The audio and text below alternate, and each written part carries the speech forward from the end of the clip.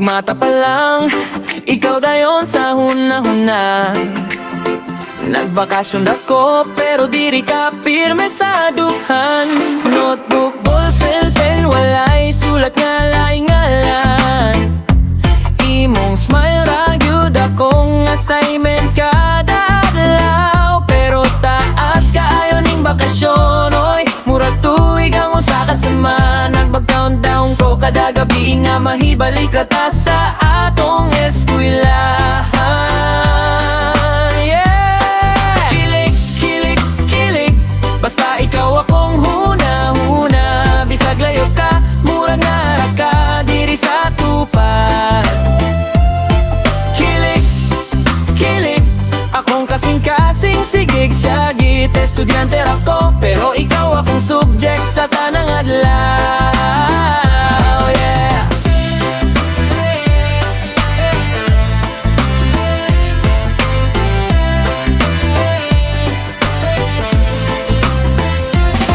Mga bakada sige gauting pero di ko ganahan.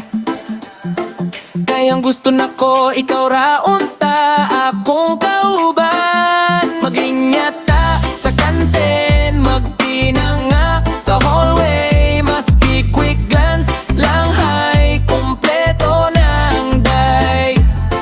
Pero stuck ko sa kwarto, nagtanaw sa kalendaryo. Idula-dulaan ra nako atong last goodbye. Mong bye-bye, nag-replay, murag video ni nasa utok. Wagod nilip, oy. Kilig, kilig, kilig, basta ikaw akong huna-huna. Bisag layo ka, mura na ka diri sa tupad. Kilig, kilig, kilig, akong kasing-kasing sigig syagit. Estudyante ra ko, pero ikaw akong subject sa tanang adlaw. Yeah.